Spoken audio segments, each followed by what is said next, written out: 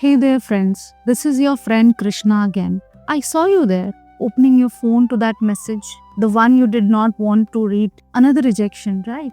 I watched you as you laughed it off, but I felt your chest tighten. That voice inside grew louder. Why is nothing working out? Then you scrolled through Instagram. Someone just bought a house, another vacation in Greece, posting sunset photos that make your heart ache. You did not even know what you were having for dinner that night. You didn't want to compare, but you did. And you always do. I know you feel you're tired, bone deep tired of chasing peace, chasing people, chasing a life that feels constantly out of reach. Every day you run, every night you collapse wondering why you never catch up. But what if I tell you, peace isn't something to chase at all? What if you were never supposed to run after peace, but return to it? What if it's been waiting for you all along, not in some distant achievement, but right there, beneath all the noise?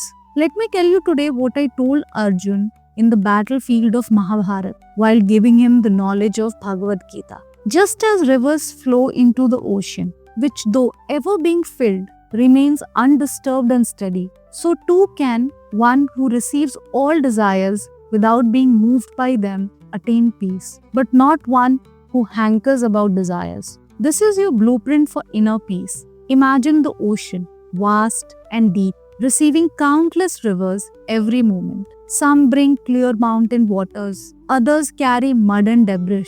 But the ocean doesn't pick and choose. It receives them all, yet remains the ocean, unchanged, unshaken, still. That's what I want you to understand about your consciousness.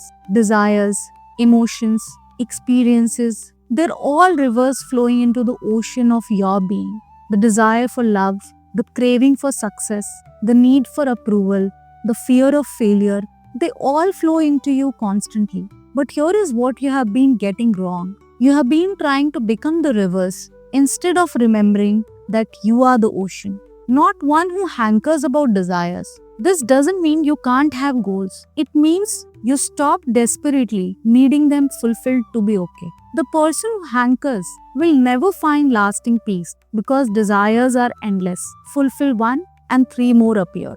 Hey modern AI mystic family, have you ever felt a burning question or a heartfelt prayer you wished Krishna could hear?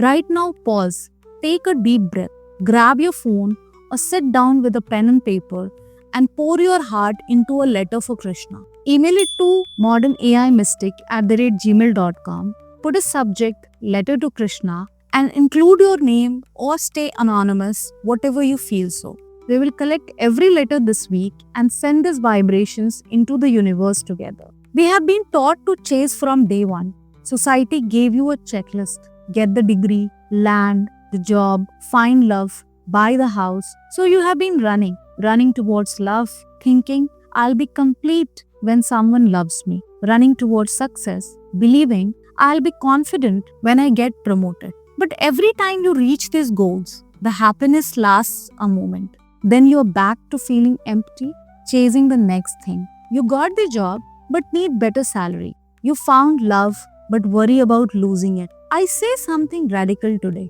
Let them come to you.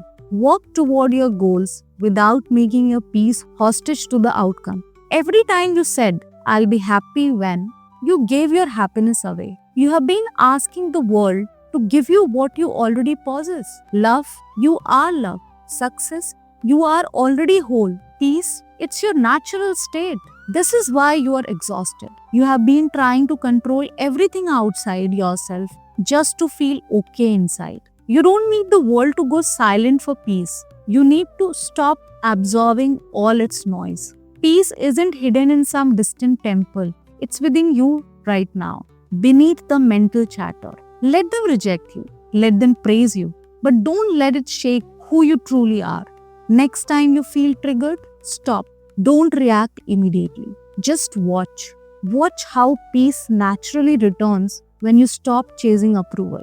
You have been overflowing, not because you have too much, but because you never learned to just be. Today, learn to be the ocean, still, full, welcoming, but never overwhelmed.